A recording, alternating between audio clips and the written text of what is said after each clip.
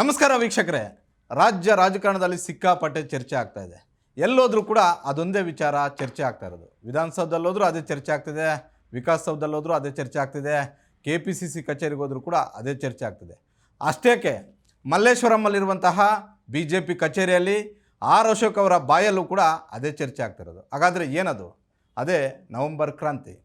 Siddaramaiah ಕೆಳಗಿಳಿತಾರಾ, DK Shivakumar ಅವರು ಮುಖ್ಯಮಂತ್ರಿ ಆಗ್ತಾರಾ, ಇಲ್ಲ ಬೇರೆ ಯಾರಿಗಾದರೂ ಅವಕಾಶ ಸಿಗುತ್ತಾ ಅಂತ. ಇಂಥದ್ದೊಂದು ಚರ್ಚೆ ಕೇವಲ ಬೆಂಗಳೂರಿಗಷ್ಟೇ ಸೀಮಿತ ಆಗಿಲ್ಲ, ಹಳ್ಳಿಗಳಲ್ಲೂ ಕೂಡ, ಹಳ್ಳಿ ಕಟ್ಟೆಯಲ್ಲೂ ಕೂಡ ಇದೇ ಚರ್ಚೆ ಆಗ್ತಿದೆ. ಅದೇ ರೀತಿ ನಮ್ಮ ನ್ಯೂಸ್ ರೂಮಲ್ಲೂ ಕೂಡ ಅದೇ ರೀತಿಯಾದಂಥ ಒಂದು ಚರ್ಚೆಗಳು ಕೂಡ ಆಗ್ತಿದ್ದಾವೆ. ಇದ್ರ ಬಗ್ಗೆ ಚರ್ಚೆ ಮಾಡೋದಕ್ಕೆ ನಮ್ಮ ಗ್ಯಾರಂಟಿ ನ್ಯೂಸ್ ವಿಶೇಷ ಕಾರ್ಯಕ್ರಮ ಇವತ್ತಿನಿಂದ ಬರ್ತಾ ಇದೆ. ಪ್ರತಿ ವಾರವೂ ಕೂಡ ಇರುತ್ತೆ, ಒಂದೊಂದು ಸಬ್ಜೆಕ್ಟ್ ಇಟ್ಕೊಂಡು ನಿಮ್ಮ ಮುಂದೆ ಬರ್ತಾ ಇದ್ದೀವಿ. ಇವತ್ತು ನವೆಂಬರ್ ಕ್ರಾಂತಿ ಆಗುತ್ತಾ, ಸಿದ್ದರಾಮಯ್ಯ ಕೆಳಗಿಳಿತಾರಾ, ಇಲ್ಲ ಸಿದ್ದರಾಮಯ್ಯ ಅವರೇ ಕಂಟಿನ್ಯೂ ಆಗ್ತಾರಾ, ಇಲ್ಲ DK ಶಿವಕುಮಾರ್ ಅವ್ರಿಗೆ ಲಕ್ ಹೊಡೆದು ಮುಖ್ಯಮಂತ್ರಿ ಆಗ್ತಾರಾ? ಈ ವಿಚಾರದ ಬಗ್ಗೆ ನಮ್ಮ ಎಡಿಟೋರಿಯಲ್ ಟೀಮ್ ಏನು ಹೇಳುತ್ತೆ, ಅವರ ಒಪಿನಿಯನ್ ಏನಿದೆ, ಅದನ್ನು ಇವತ್ತು ಈ ಚರ್ಚೆಯಲ್ಲಿ ನಾವು ನಿಮ್ಗೆ ಹೇಳ್ತೀವಿ. ಕಾರ್ಯಕ್ರಮಕ್ಕೆ ಸ್ವಾಗತ. ಇದೇ ಇವತ್ತಿನ ಕಾರ್ಯಕ್ರಮ editors edition in the name of democracy.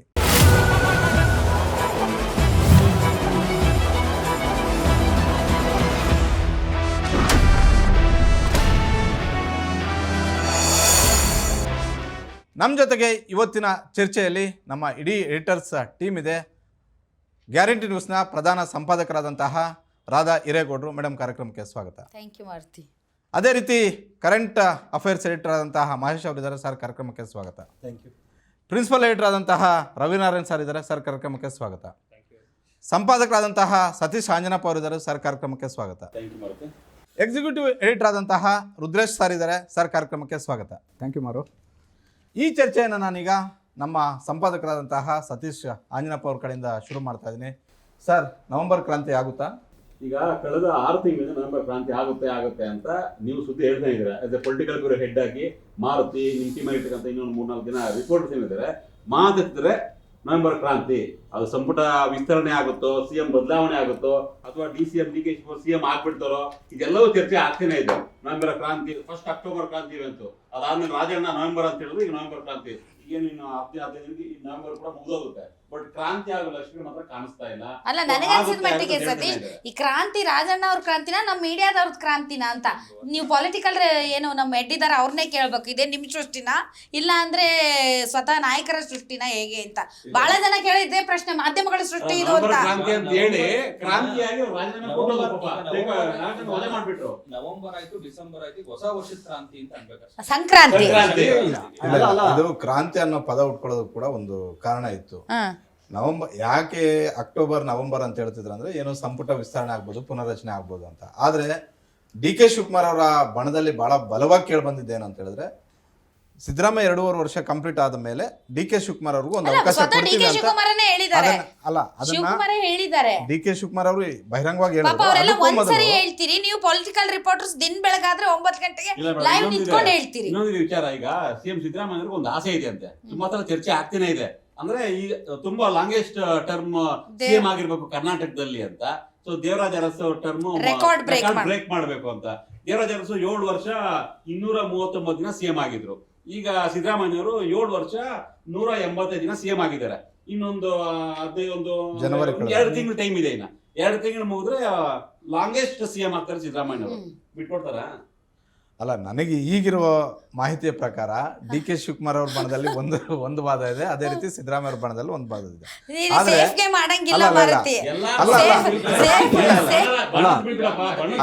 ಒಂದು ವೇಳೆ ನಿಮ್ ಪ್ರಕಾರ ಈಗ ಬಣ ಬಿಟ್ಬಿಡೋ, DK ಶಿವಕುಮಾರ್ ಬಣ, ನಮ್ಮ DK ಶಿವಕುಮಾರ್ ಅವರೇ CM ಆಗ್ಬೇಕು ಅಂತ ಕಾಯ್ತಿರ್ತಾರೆ, ಸಿದ್ದರಾಮಯ್ಯ ಬಿಟ್ಕೊಡಲ್ಲ ಅಂತಿದ್ದಾರೆ. ಬಣ ರಾಜಕೀಯ ಬೇರೆ. As A political bureau head ಆಗಿ ಇಷ್ಟು ವರ್ಷ ಪೊಲಿಟಿಕಲ್ ನೋಡಿದ್ರೆ ನೀವು, ಏನಾಗುತ್ತೆ ಈಗ ಎಕ್ಸಾಕ್ಟ್ ಏನಾಗ್ಬೋದು? ನವೆಂಬರ್ ಅಂತೂ ಯಾವ ಕ್ರಾಂತಿನೂ ಆಗಲ್ಲ. ನಿನ್ನೆವರೆಗೂ ಒಂದು ರೀತಿ ಇತ್ತು, ನಿನ್ನೆ ಕಳೆದ ಮೇಲೆ ಬೇರೆ ರೀತಿಯಲ್ಲಿ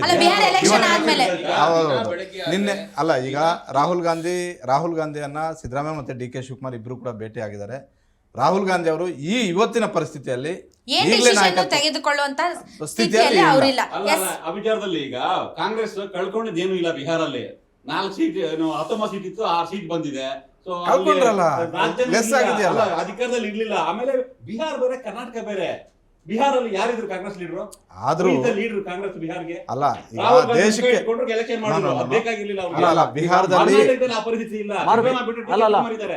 ಮಾರುತಿ ಈಗ ಪಾರ್ಟಿಯಲ್ಲಿ ನಾನು ಹೇಳುದು ಯಾವುದೇ ನಾಯಕತ್ವ ಇದ್ರು ಒಂದು ಸರಿ ಒಂದ್ ಸರ್ಕಾರ ಅಧಿಕಾರಕ್ಕೆ ಬಂದ್ಮೇಲೆ ಇನ್ನೊಂದು ಸರ್ಕಾರ ಕಂಟಿನ್ಯೂಸ್ ಆಗಿ ಬಂದು ಇತಿಹಾಸನೇ ನಮ್ಮ ರಾಜ್ಯದಲ್ಲಿ ಈ 50 ವರ್ಷದ ಇತಿಹಾಸ ನೋಡಿದ್ರೆ ಬದಲಾವಣೆ ಜನತಾ ಪಕ್ಷ 83-85 ಬಿಟ್ರೆ ಆಮೇಲೆ ಪ್ರತಿಯೊಂದು ಕೂಡ ರೊಟೀನ್ ಆಗಿದೆ. ಇನ್ನ ಕಾಂಗ್ರೆಸ್ ಪಕ್ಷ ಅಂತೂ ಈ 50 ವರ್ಷದಲ್ಲಿ ಒಂದು ಸರಿ ಅಧಿಕಾರಕ್ಕೆ ಬಂದ್ರೆ ಇನ್ನೊಂದ್ಸರಿ ಅಧಿಕಾರಕ್ಕೆ ಬಂದೇ ಇಲ್ಲ. ಜನತಾ ಪಕ್ಷದ ನಂತರ ಸಮ್ಮಿಶ್ರ ಸರ್ಕಾರ ಮಾಡಿದ್ದಾರೆ. ಬಳಿಕ 89 ನಂತರ 99ವರೆಗೂ ಜನತಾ ದಳ ಆದ್ಮೇಲೆ 99ಕ್ಕೆ ಬಂದ್ರು. ಆಮೇಲೆ 2004ಕ್ಕೆ ಸಮ್ಮಿಶ್ರ ಸರ್ಕಾರ ಬಂತು, 2013ಕ್ಕೆ ಬಂತು. 2018ರಲ್ಲಿ ಇಷ್ಟ ಯೋಜನೆಗಳಿದ್ರು ಕೂಡ 2018ರಲ್ಲಿ ಮತ್ತೆ ಅಧಿಕಾರಕ್ಕೆ ಬರಲಿಲ್ಲ, 80 ಸೀಟ್ ಕುತ್ಕೊಂಡ್ರು. ಆದ್ರೆ ಇವಾಗ ಈಗ ಇರೋ ಆತಂಕ ನಾಯಕರಿಗೆ ಅಂದ್ರೆ ಈ ಸರಿ ಅವಕಾಶ ಏನಾದ್ರು ತಗೊಳ್ಳಿಲ್ಲ ಅಂದ್ರೆ ಮತ್ತೆ 5 ವರ್ಷ ಕಾಯ್ಬೇಕಾಗುತ್ತೆ. ಜನ ಬದಲಾವಣೆಗಳು ಮಾಡ್ಬಿಟ್ಟು ನಮ್ಮನ್ನ ಸಮ್ಮಿಶ್ರ ಸರ್ಕಾರ ಸ್ಥಿತಿಗೆ ಬಂದ್ರೆ ಬೇರೆ ಪಕ್ಷದ ಮೇಲೆ ಅವಲಂಬಿತರಾಗಬೇಕು, ಅಥವಾ ಬಿಜೆಪಿ JDS ಏನಾದ್ರು ಒಂದಾಗಿ ಚುನಾವಣೆ ಎದುರಿಸಿದ್ರೆ ನಮಗೆ ಪರ್ಯಾಯ ಮಾರ್ಗ ಇಲ್ಲ. ಒಂದೇ ಸರಿ ನಾವು ಕಾಂಗ್ರೆಸ್ ಪಕ್ಷ ಇನ್ನೂ 5 ವರ್ಷ ಕಾಯ್ಬೇಕಾಗತ್ತೆ, ಸ್ವಂತ ಬಲದ ಮೇಲೆ ಬಂದು ಅಧಿಕಾರಕ್ಕೆ ನಿಲ್ಬೇಕಾಗತ್ತೆ ಅಂತ. ಅಂದ್ರೆ ರಿಸ್ಕ್ ತಗೊಳಕ್ ರೆಡಿ ಇಲ್ಲ. ರಿಸ್ಕ್ ತಗೊಳಕ್ ಅಂದ್ರೆ ಮುಖ್ಯಮಂತ್ರಿ ಬದಲಾವಣೆಯ ರಿಸ್ಕ್ ತಗೊಳ್ಳೋದಕ್ಕೆ ಸದ್ಯ ಕಾಂಗ್ರೆಸ್ ಪಾರ್ಟಿ ಇಲ್ಲ.